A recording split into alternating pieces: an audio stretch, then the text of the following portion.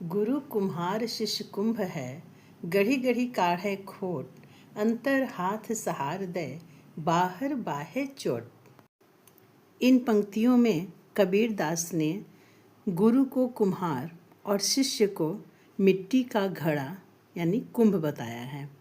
जैसे कुम्हार मिट्टी को घड़ा बनाने के लिए उसे धीरे धीरे आकार देता है, वैसे ही गुरु अपने शिष्य के दोष दूर कर उसे योग्य बनाता है।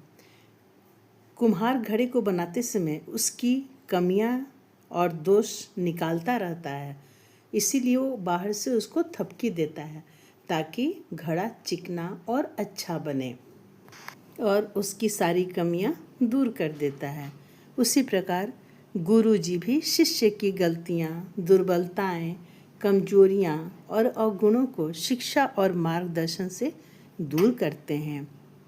गुरु केवल कठोर नहीं होता, बल्कि कठोरता और कोमलता दोनों का संतुलन रखकर शिष्य को पूर्ण और योग्य बनाता है। जैसे कुम्हार मिट्टी से सुंदर और मजबूत घड़ा तैयार करता है, वैसे ही गुरु शिष्य को संस्कार और ज्ञान से श्रेष्ठ बनाता है। इस दोहे में गुरु और शिष्य का संबंध बहुत सुंदर रूपक में समझाया गया है। गुरु के महत्व को समझाते हुए एक अगला दोहा है। गुरु समान दाता नहीं, याचक शीश समान, तीन लोक की संपदा, सो गुरु दिन ही दान। इस दोहे में संत कबीर दास जी गुरु की महत्वपूर्ण भूमिका को और भी महत्वपूर्ण ढंग से दर्शाते हैं। वे कहते हैं कि गुरु दाता की तरह नहीं होते जो सिर्फ चाहने वाले की मांगों को पूरा करता है, बल्कि वे शिष्य के शीर्ष यानी सिर की तरह होते हैं जो शिक्षा और मार्गदर्शन के लिए तैयार होता है। गुरु वह धार्मिक दान देते हैं जो तीन लोगों की संपदा होता है और उनके द्वारा शिष्यों को उस धार्मिक संपदा की प्राप्ति का मार्ग प्रशस्त किया जाता है। अगला दोहा है। गुरु बिन ज्ञान न उपजई, गुरु बिन मलई न मोश, गुरु बिन लाखाई ना सत्य को, गुरु बिन मिटे न दोष। इस दोहे के माध्यम से कबीर दास जी गुरु के महत्व को बता रहे हैं। वे कह रहे हैं कि गुरु के बिना हमें ज्ञान की प्राप्ति, आत्मा की शुद्धि, सत्य का ज्ञान और दोषों का सुधारना संभव नहीं होता। गुरु के मार्गदर्शन के बिना हम अपने आध्यात्मिक और मानविक जीवन में सही दिशा में नहीं जा सकते। इसलिए गुरु का महत्व इस दोहे में महत्वपूर्ण रूप से उजागर किया गया है। गुरु हमें अच्छाई और बुराई में अंतर समझाते हैं, तभी तो एक अच्छे गुरु से शिक्षित शिष्य हमेशा अच्छाई और सच्चाई के मार्ग पर ही आगे बढ़ता है। अब मैं आपको गुरु से जुड़ी कुछ मान्यताएं बताती हूँ। ऐसा माना जाता है कि जिन लोगों का कोई गुरु नहीं है, उसकी पूजा भगवान भी स्वीकार नहीं करते हैं। गुरुहीन व्यक्ति द्वारा किए गए श्राद्ध कर्म, तर्पण आदि पितर देवता स्वीकार नहीं करते हैं।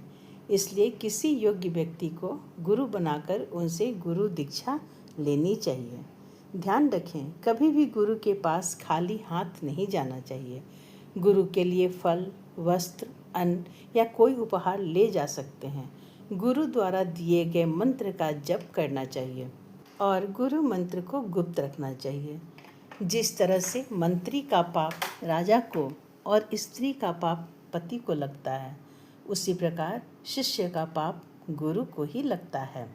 ऐसा कोई काम न करें जिसकी वजह से गुरु को अपमानित होना पड़े। शास्त्रों में गुरु का स्थान भगवान से भी ऊंचा बताया गया है। गुरु ही हमें सही गलत का भेद बताते हैं। गुरु ही भगवान को पाने का रास्ता बताते हैं। इसलिए गुरु का हर स्थिति में सम्मान करना चाहिए। गुरु का महत्व बताने वाला गुरु स्तोत्रम सबसे अधिक प्रचलित है।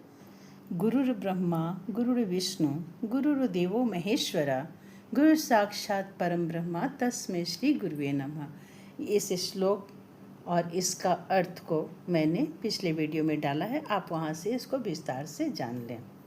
प्रत्येक वर्ष आषाढ़ पूर्णिमा पर गुरु पूर्णिमा पर्व मनाया जाता है। इस दिन गुरु की पूजा की जाती है और देवशयनी एकादशी के बाद गुरु पूर्णिमा का पर्व आता है, यानी देवशयन के बाद गुरु ही हमें परेशानियों से बचाते हैं। मैं अगले वीडियो में भी गुरु की वंदना से संबंधित चौपाइयाँ और दोहे वीडियो में डालूँगी। आप लोग सभी देखें और मेरे चैनल को सब्सक्राइब करें, लाइक और शेयर करें और कमेंट बॉक्स में कमेंट करके बताएं भी कि आपको गुरु और शिष्य के विषय में और विस्तार से और क्या जानना है तथा गुरु का और क्या क्या महत्व है और शिष्य के जीवन में उसका क्या